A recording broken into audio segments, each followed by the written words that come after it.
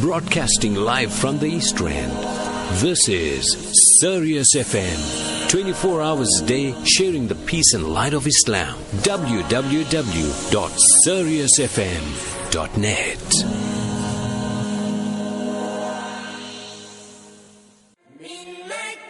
Just has gone 8:13 Central African time, at that time of the morning, where we join our super sub, someone that's respected, highly respected, someone that's had a wealth of information, a wealth of knowledge, a lot of hikmah that we can tap into. Our very own Rafeek Hassen, the chairman and the president of IFRI.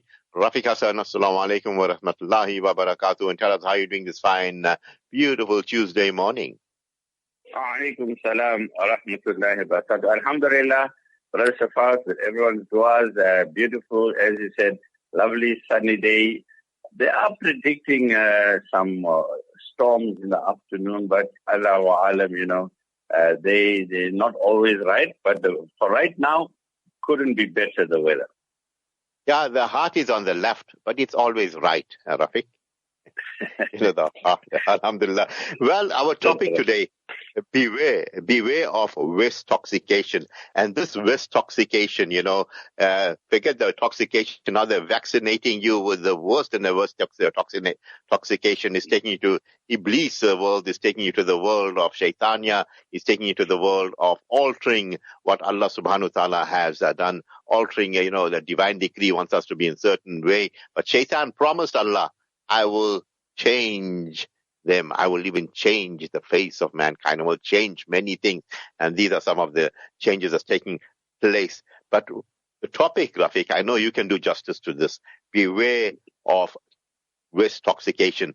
Next 10 minutes is yours, Rafeek. We all ears. Bismillah. Bismillah ar-Rahman ar-Rahim. Alhamdulillah Rabbil Alameen. Ar-Rahman ar-Rahim. Maliki Yawmiddin. Alhamdulillah Rabbil Alameen. Wa salatu wa salam khataman nabiyyin wa ba'd. Yes, but I think this is also a very, very important topic. There's a very important verse here, and it's in Surah Baqarah, ayah number 120.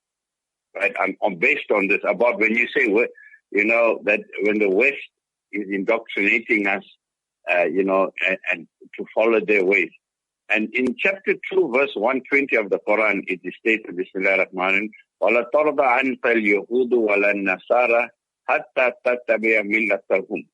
Now, the meaning of that is they will never will the Yahud and the Nasara, the Jews and Christians, be satisfied with you حَتَّى تَتَّبِعَ مِلَّتَهُمْ, until you follow their ways, until you follow their customs, until you follow their lifestyle. But Allah says, but indeed the guidance of Allah is the only guidance. And were you to follow their desires and their ways, after the knowledge has reached you, then would you find no friend or protector or helper against Allah.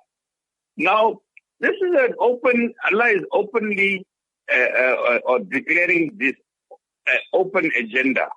But on the other hand, to be objective, Brother Safad, on this point, everybody would think their way is the best way, and they want people to go about coercing or convincing people to follow the way. So that is the nature of life. So I don't think it's a negative thing, because we as Muslims feel our way is the best, and we want people to follow that way. And just like now, they think their way is the best way.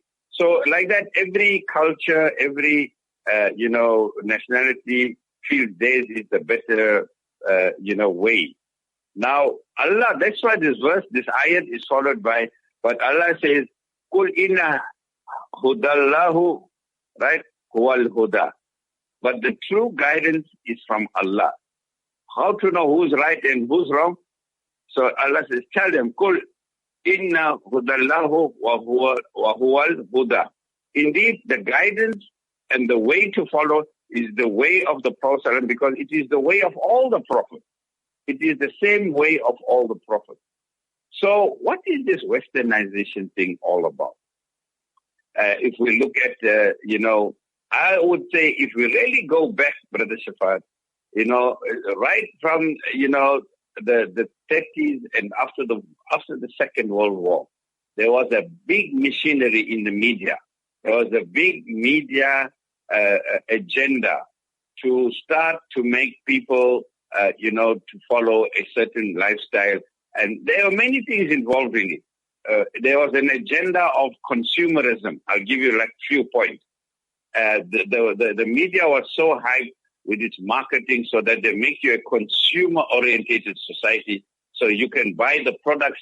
It becomes a business thing, a spin-off to them. So they want to show you if you are successful as a youth, as a young man, they will show you success is in a big house, in a nice car, with a half-naked lady next to that. You'll find that is the billboards, and everywhere you're going to see that is success. This is what we call, westernization, brainwashing, and coercing you into follow that is the way of life you need to follow. So this is what we're trying to get at. That was the one thing in terms of, following the material life and to be a consumer of the products that they're going to make. But the other very dangerous thing about the Western way of life, Rashad, is it was actually, moving away from values. Let's use the word religious values and moral values. And that's the second very dangerous thing about it. So, it was no question of right and wrong or good or bad. It's just like the Nike sign, just do it. They're telling the mind of the youth, just do it. And the last thing I want to say is, last two things on that media thing, their target group was the youth and the mothers, the women folk. Because if you can get hold of the mothers, Brother Shafat, then in the lap of a mother, a nation is born. And so if you could twist the mindset of the mothers into a Western-orientated lifestyle, she will pass that on to her children. And I think that was a very important target. And how did they achieve that? The whole system, Brother Shafat, was a well-planned system of Westernization. It doesn't just happen overnight. It's a generational thing. But you got to give them credit. They succeeded in doing so.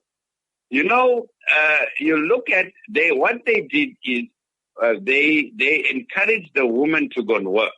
So they did not put emphasis on motherhood.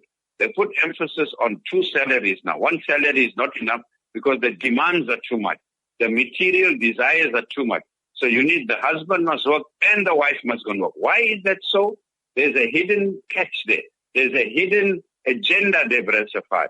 And that hidden agenda is when the mother and father have gone to work, that box, that television, which they put the child in the laptop to keep them busy, that becomes their parents now, which is controlled by the Western media system. And from small, they are indoctrinating the child's mind because there's no more parental influence. It's the box. It is their media. It's their cartoons through which they are getting through to the toddlers as well as how they get through to our youth, in brainwashing them and reorientating the mind toward away from the good things, the real good things in life, and taking them away against the rush, the adrenaline rush. They just want them pleasure for the temporary and don't worry about tomorrow. YOLO, YOLO. They promoted that you only live once. So just go for it, man. You only live once. So to end, while I'm rounding up, Rashad, they succeeded, right? From 1940, you can say what you want, give them full marks, they succeeded, and they used movies. Besides this, the television series in your home, the movie industry and the entertainment industry, all the soapies, you're watching days of other people's lives when your own life is going down the drain. And you're watching Bold and Beautiful and we getting old and ugly, Brother Safar. So that's how they call, we're watching generations, all these soapies, but our generation, our future generation, the youth is going down the tubes. So I think, but what I think is happening now, as I'm rounding up, is people it's a bit too late in some instances, but they say better late than never.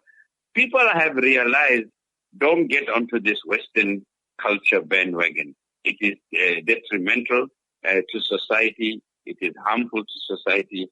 And I think, look at in South Africa, even African culture has been vanished in Africa. The urbanized African youth doesn't want to know about his African culture. He's more Western than the guy in New York and London and Paris, so go ahead, Rafeek. I can hear you. All right. It seems like Rafeek, can you hear me? No. So what I'm saying, as I'm rounding up to Brother Shafat, I'm saying that they are now, they've caught even the youth, our African youth. Before we used to say it was in our country now. It's only among the Europeans, discoing and drugs. Then we see our kids, because affluent, our, so-called Indian kids and all, in the colored communities were being misled. But today, the African youth is also captured, and the whole society is under the grips of Western, negative culture, debilitating culture. But slowly, people are waking up to the harms of following this material,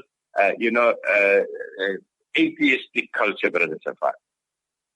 Absolutely, Rafeek. And, you really brought everything to perspective, and you spoke about the culture of, taking away the mother away from the home and, actually throwing her to the wolves, letting her get into the marketplace. I mean, it is a very, dangerous domain to go into. And it's sad that today, that with all the secularism that's about and with the laws that are being implemented, even the Bishop Tutu was, someone that allowed, the other thing what we're talking about. You know what I'm talking about. Yeah. You even talk about it. They can put you in jail for that. I mean, this is how even the clergy and the church is acquiescing in silence to all this barrage, because like how the church gave into paganism, allowed paganism to dictate to Christianity. Correct. Now Christianity is allowing these groups, these vicious satanic groups. You're talking about West Toxification. Philosophies to enter the religion as well, to sanction them. Yeah. So, I mean, it's dangerous. In other words, Brother Shafat, you are opening up another very important aspect of the discussion, that not only have they captured the family unit, in the home, have brainwashed them, they have captured the religious institutions in society.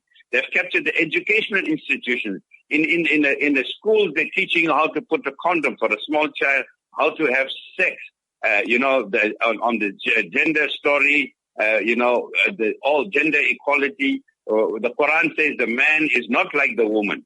And they are preaching that the man and woman are the same, where the Quran says they are not the same. So you are right. The educational system and religious system, not forgetting the political system, they are brilliant, Brother Shafat. They captured them all. You're talking about state capture now. They have captured the world from the 1940s. Yeah, and look at the churches in Europe. I mean, all the churches are being converted into mosques. Why? Because the minds are captured. The church doesn't have the same significance as, that bonding factor, keeping them away from alcoholism, from partying and drugs and all that. Now it's all about this culture of, let's go have a blast and let's go do whatever we must do. We need to be hedonistic. We need to, indulge ourselves, and all these things come in and people become, only, what you call them, dunya orientated, and their love for the world is like, they have insatiable love for the dunya, Rafeek. Yeah. Now, while we still got a minute or two, while we're speaking, because this is such a global phenomenon, I don't know if our listenership is aware, but do you know there are people, for instance, I was listening to Sheikh Hoblos, who just came back from Egypt. He made a tour recently. And right now, Brother Shafat, as we're speaking right now, in Egypt and in Tunisia, which are Muslim countries, supposedly Muslim with Muslim majority countries, you know what he says, Brother Shafat? What we just said now. He says they have been so brainwashed with Western culture, but even there's a big trend of the youth moving towards atheism and materialism, Brother Safar. He says he was shocked out of his wits. It's happening. It's happening in Muslim land. It's happening here too, Rafeek, in our lands. Yes. We'd rather be, we used to talk about the Muslim youth movement. There was an identity there. The youth, we moved, when we talk about polarization, we had the right polarization because the MYM kept the youth on the straight and narrow, and it gave us a pride and dignity in that. So, hey, we got our own Muslim youth movement, and it was feeding you with literature from the top one. Correct. Someone down the line scuttled that ship. And those people that did that, perhaps, 50 years later or 40 years later, we can see the danger of what they did. The repercussions are showing now. And as if, when those that backed the Saudi regime, how many years ago, they said, don't talk bad about the Arabs, don't say this about the Arabs. Yes. Today they're red-faced because these same Arabs are showing you, we are Zionist brigades, and you backed us all the time. We had you duped. Your comments, Rafeek. Well, they are proving that the lid is blown over, and it is Allah's way of exposing these hypocrites and munafiq. But I think I like the earlier point you made, Brother Safad. Let's end on some solutions and on a positive note. I think we spoke about this many times. This is the Gregorian New Year. The school term is the New Year term. I'm waiting, Brother Safad. We need to start youth programs in our local masajid. Whoever is listening to me, let's make this a goal, because you hit the nail on the head. Unless we do not bring back the youth programs to identify and solidify the identity, the moral foundation of the youth. What did Allama Iqbal say? Allama Iqbal said that nation is not in need of a sword. The character of his youth is like steel. If the character of the youth is built like steel, there's no media hype, no Western, Eastern, communist, atheistic philosophy will be able to penetrate that youth, because his character and his iman is like steel. But we are putting our money in steel structures and brick and mortar structures, but not building the character and iman of our children. What a beautiful thing you said there, Rafeek. And Hazrat Ali radiallahu anhu said this: the worst of money spent is money that is spent on bricks and stones. Hit it on the head, Rafeek. Hey, we need to take those pebbles like David slew Goliath. I don't know how we can bring out that in. Rafeek, you're absolutely brilliant. Your parting words this morning. Well, all I can say, this is the new Islamic month, Jamad al-Akhir. It was the first of the Islamic month. And after this month is going to fly, is those 3 months that ring a bell in our ears. Rajab, Sha'ban, Ramadan. Look how I can just remember Ramadan last year. Time is flying. Don't take time for granted. Be productive and be good and get closer to Allah subhanahu wa ta'ala. Now is the time. There's no tomorrow. Tomorrow, anything can happen. Do it now. Do it now, Rafeek. Hey. Yeah, no, Rafeek is not advertising that shoes. No, he say, do it now for the pleasure of Allah. Not that other thing. Rafeek, absolutely brilliant. You're such a treat on the radio. Allah bless you now and forever. Talk to you soon. Assalamu alaikum wa rahmatullahi wa barakatuh. Wa alaikum salam wa rahmatullahi wa barakatuh.